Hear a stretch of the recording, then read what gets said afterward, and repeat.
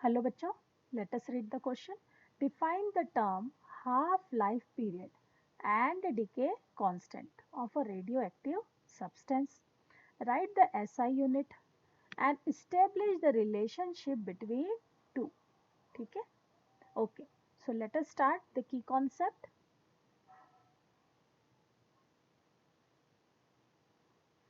We need to define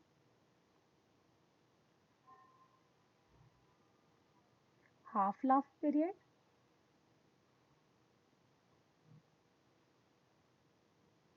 and decay constant.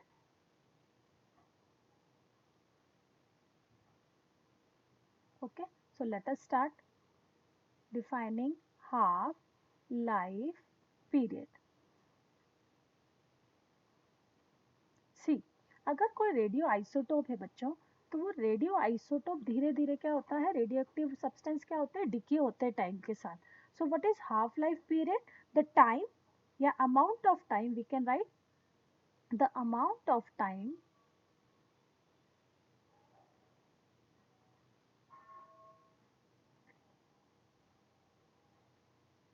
For an isotope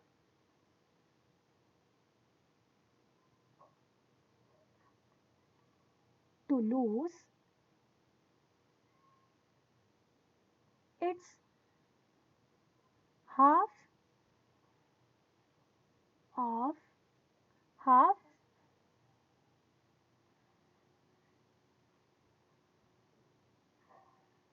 radioactivity.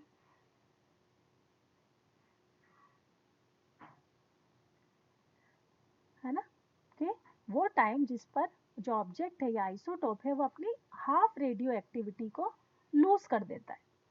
Means original radio active substance की अब उसकी radio activity कितनी हो जाती है, हाफ रह जाती है. ओके, सो इसे किससे डिनोट करते हैं, इसे डिनोट करते हैं टी सफिक्स में हाफ. ठीक है, denoted by and SI unit. इसकी एसआई यूनिट हो जाएगी हमारी, क्योंकि ये टाइम को ही रिप्रेजेंट करता है, तो इसकी एसआई यूनिट हो जाएगी सेकेंड.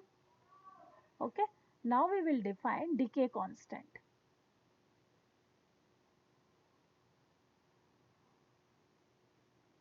सो डीके कांस्टेंट क्या है, मान लिया कि किसी आइसोटोप में n नंबर ऑफ सैंपल्स है, n सैंपल्स है ना, और n0 is the rate of, ठीक है, n0 क्या है ओरिजिनली या स्टार्टिंग में उसके पास n0 सैंपल थे मान लेते हैं, और धीरे धीरे क्या हो रहा है कि उसमें से कुछ सैंपल डिके होते जा रहे हैं.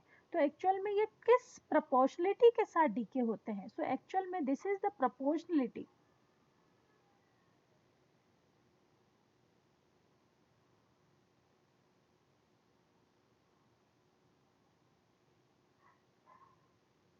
ठीक है, the proportionality between size of the population, original है ना, ओरिजिनली रेडियो एक्टिव सब्सटेंस में कितना पॉपुलेशन था, साइज ऑफ पॉपुलेशन, या सैंपल में कितने है ना एलिमेंट थे, of a radio active atom,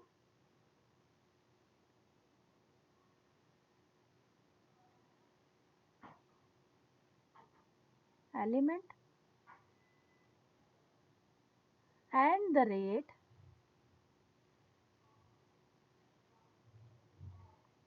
at which the population decreases.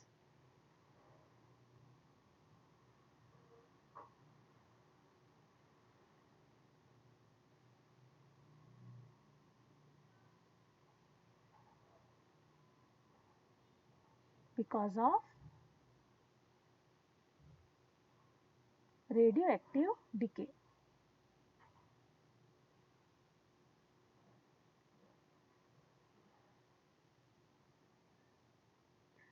तो रेडियोएक्टिव डिके का कारण किस रेशो में किसी आइसोटोप के अंदर से जो पार्टिकल्स हैं या सैंपल्स हैं वो क्या होते हैं, डिके होते जाते हैं. तो इसे किससे डिनोट किया जाता है, it is denoted by lambda. Okay, है ना, एंड इसकी ऐसा यूनिट जो होगी, इसकी वो होती है बैकरल।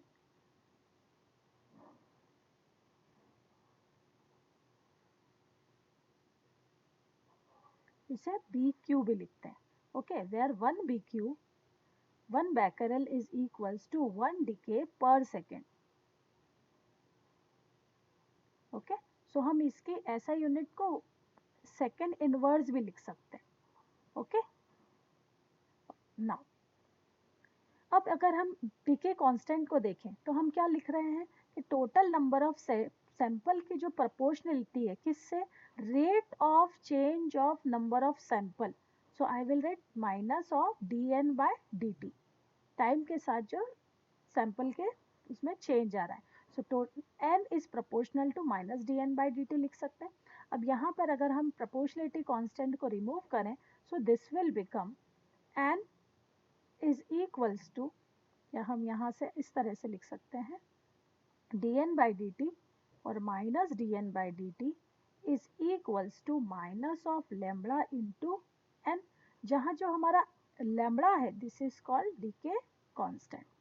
ओके, अब if this equation is changed in the form of lambda, so we can write lambda is equals to minus dn by n into 1 by dt।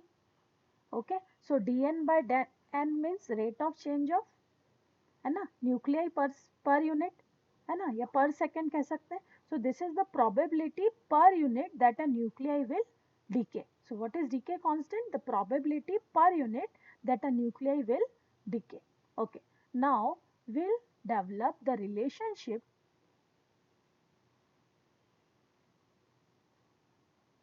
between, हमें क्या फाइंड करना है, लैम्बडा या decay constant and half life period के बीच में हमें relation develop करना है। तो चलिए, है ना, the equation that we will notify for the solution that will be nt is equals to n0 e to the power minus lambda t, है ना, यही रिक्वायर्ड इक्वेशन है। अब अगर हम log ले दोनों side, so this will become log of nt is equals to log of n0 minus lambda t times of log of e। Let us take lambda t, log of e को transpose करते हैं, this will become log of n0 minus log of nt, lambda t log e की value 1, है ना, this will become log of n0 by nt।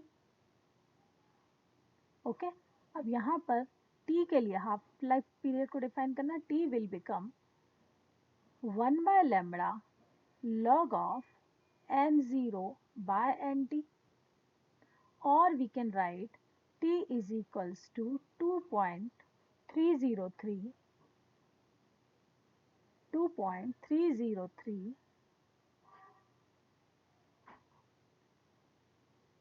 Bye lambda multiplied by log E base के लिए हो जाएगा n0 by nt। Okay, सो ये time, total time है उसका फॉर हाफ लाइफ, है ना, हम लिख सकते हैं for half life. Half life के लिए t जो है वो t बाय 2 हो सकता है, एंड जो टोटल नंबर ऑफ, है ना, ओरिजिनली में n0 सैंपल थे स्टार्टिंग में, तो ये जो सैंपल बचेंगे वो कितने हो जाएंगे, n0 बाय 2। तो यहाँ पर अप्लाई कर देते हैं value, t will be equal to, और t सफिक्स में half will be equal to 2.303 divided by lambda multiplied by log n0 divided by n0 by 2। यहाँ पर ये मिस्टेक है, यहाँ पर nt will be equal to, ना, किसी टाइम में t सफिक्स में थे, so this will become n0 by 2 means original के हाफ। तो this will become t of half is equals to 2.303 divided by lambda into log 2। If we place the value of log 2, this will become 6.931, sorry, 0.6931 by lambda. Okay, so this is the required relation. T half is the half-life period and lambda is the decay constant.